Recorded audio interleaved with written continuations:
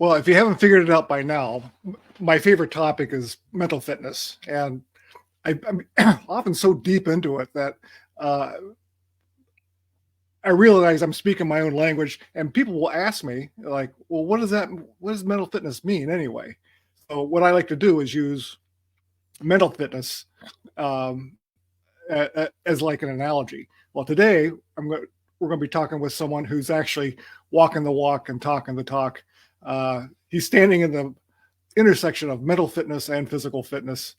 This is Mental Fitness Friday. I'm Larry McInnes. You are awesome. And this is Dustin Droen. Hello. Hey, Larry. How are you? Hey, Dustin.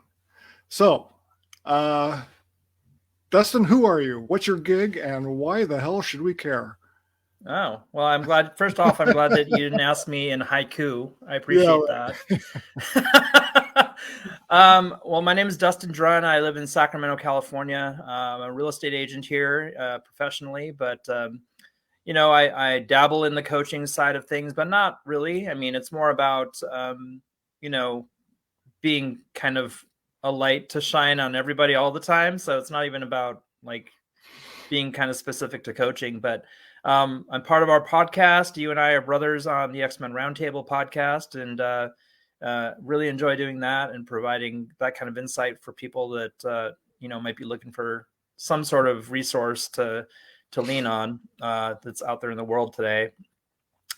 I'm just a dad. I've got 3 kids. They're all teenage. Well, a 22, a 19, almost 20-year-old, and a 15-year-old. So doing the divorce thing with them, and we split custody, and just showing up the best way that I can with them all the time, and not just with them, but with everything. You just how you show up for small things and big things is kind of who you are. So I'm really into developing like those habits and Mm. maintaining those habits and those kinds of things. Uh-huh. So. So, when I said that you were standing like on the intersection of mental fitness and physical fitness, and now how those two relate for you, and how do they relate to what you were just talking about with divorce Sure. and being a Well, person? I think a big part of your mental fitness is your physical fitness. I think it helps being physically fit. Okay, so backing up, I mean, I don't fancy myself a runner, but when I think about it, like whenever somebody says, "Oh, are you?" I'll tell them I went for a run, and they're like, "Oh, are you a runner?" And I said, "No, I'm not. I don't really identify as a runner."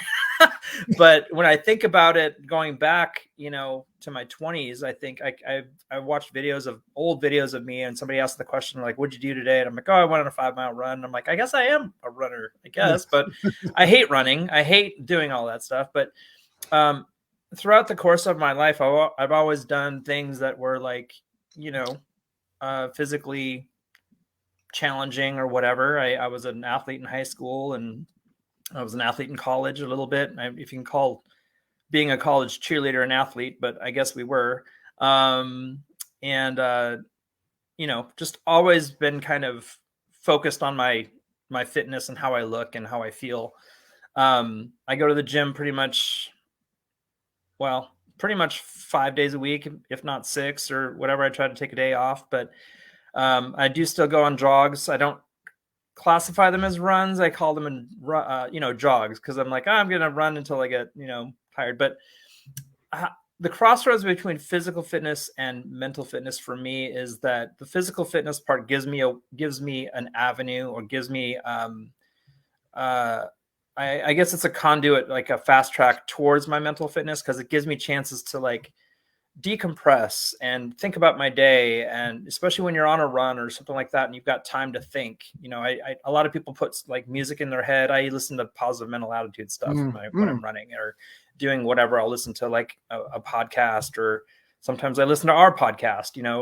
If I'm dealing with something, it gives me time to think and clear my head and process stuff. So not everybody's like that, but that's what works for me. And then, being divorced, I think one of the things I realized about myself after the divorce, or during the divorce, is that I kind of let myself get comfortable and get a little complacent with my physical fitness. Yep. And now that I'm in the kind of quote unquote dating world, it's kind of important to, put your best foot forward. And I'm 52. And so, it gets harder as you get older. Oh yeah. Yeah. So, just maintaining that balance, watching what you eat. I like alcohol, but I've really backed off on that. I'm on a break right now. I haven't had a drink for, I don't know, almost 3 months now. So that's kind of nice and different. But my goal was to get through the holidays. And so, and then see how it goes after that. So. Yeah. Good luck. Good luck with that. Thank you. So far, so good. So far, so good. Oh, sorry. Go ahead. No, that's I was just gonna say. So that's where the two things kind of intersect for me is giving myself that outlet of that physical fitness part helps me kind of rein in the mental fitness part of it. Now, I hear what you were saying about hating to run. I ran for a bunch of years, hated every minute of it. But now I'm doing what they call rucking. So I wear a weighted vest. Oh my gosh, love it. So anyway, so you're talking about how physical fitness or being physically active is helping you clear the cobwebs of your mind and stuff. What if you turn it around? Do you see it going the other direction as well? How mental fitness might help or augment your physical fitness and activity?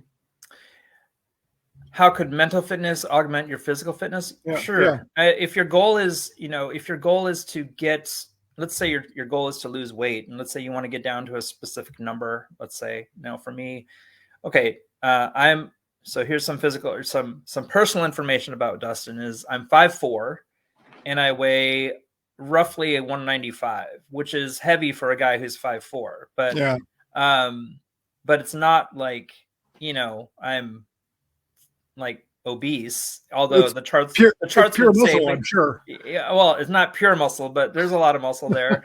But the charts say that because of my height to weight ratio, I'm an obese person. I'm like, I don't think so. But anyway, but I diverge. So let's say you're trying to get down to a specific number. Let's say I want to lose 15 pounds, right? To get to that number. The mental fitness part of that is where you build the confidence to get that thing, and then you have to kind of apply yourself and execute the program to get down to that number. Like, you need to eat better. You need to go to the gym. You need to not, drink more water. You get more rest. All of the things that are on the list of things to do to get physically fit, or fitter, if you will. Yeah. But I think the thing that happens when you do that is that you create kind of a snowball effect. We've talked about on our podcast, we talk about like little steps towards things and how that builds on things, and you build momentum towards other things. So you build confidence in yourself when you can achieve a specific goal. And I think that those things on the bigger picture, not just fitness, but other things too, where, when you accomplish one thing, you can you get the idea that you can accomplish anything that you want to do. So, so I think for me, the mental fitness part of that is, well, first off, just believing that you can do it, and just creating that discipline and doing those things. They always say the heaviest weight in the gym is the door on the way in, or just getting in the car is the first step to getting in the gym. But yeah, I think those two things are related for sure. So do you have tricks to help remove some of the friction between you or between your door and the weights? Not as much anymore, because now it's a habit. But when there are times when you feel that resistance, I think it's about weighing the things that are positive versus the things that the things that are negative versus like what don't you want versus what do you want. The thing again we've talked about in other conversations. it's not always fun to go do physical fitness or to do any kind of exertion at all. Sometimes you just want to sit on the couch. And sometimes it's okay to do that too. I give myself grace to do that too. So I'm like, I don't really feel like going. So I deserve a break today. It's fine. But understanding the big picture of the trajectory that you're on, and understanding that, just like I said before, how you do small things is how you do big things. Like when you realize that giving yourself a break and then giving yourself a break again and then giving yourself a break again, it starts to kind of give you this downward trend. Yeah. Those are things that, you kind of have to be aware of, and your intention needs to be different. And so the awareness has to be there that, am I in congruence with what I want to be and who I want to, how I want to show up and how I want to look and feel. And so if the answer is no, then you do have to kind of like kick yourself in the butt and get up, and literally get up and go out the door. Like, there's no trick to it, really. I think that's a thing that people think, oh, there's a magic. No, it's just discipline and getting up, putting your shoes on, start getting changed, and get your butt in the car and go, or get on the street, or whatever you're going to do. Yeah. I guess because we're human, we all have these mental saboteurs, so, and mine is like, I like my hour of rucking in the morning, but sometimes it's like, just do not want to get out of bed, and I know it's going to happen. So I get a response ready for when those saboteurs try to convince me to stay in bed. Well, to your point about not wanting to do it when, like, if your routine is to get up in the morning and go on a run, or to do exercise in the morning, whatever, if it's something that you feel resistance towards, like the time of it, then make a change. Like, we always say in real estate, we always kind of put these like business strategies together to build your business. And one of the things that we do is say, what are the things that you're going to do to build your business? And write them down. Like, let's say, whatever, open houses or whatever, or door knocking, or things that you do in real estate, right? If you decide or if you find that after a certain amount of time, you're not doing the things that you think that you wanted to do to build your business, then clearly you don't want to do them. Take them off your list and do something different. So my point is that with fitness, if you don't like getting up at a certain time to do that, and it's creating resistance in you to do that at that time, then change it. Like, change it to the time that works for you, that it's more enjoyable for you. That being said, there is a discipline thing in there where you can set yourself up. Like you say, I'm going to get up and out the door by 8:00, and I'm going to, ruck from 8 to 9, and that'll be my time. Maybe your calendar doesn't allow you to do, maybe that's the only time that you have available. But if you have a more flexible schedule, you can break it into smaller pieces, then do that. But my point is that, you want to kind of give yourself maybe the path to least resistance to do the things, as long as you accomplish the goal. I think that's the point. Yeah. So I guess you already addressed this. I was thinking this, like, how do you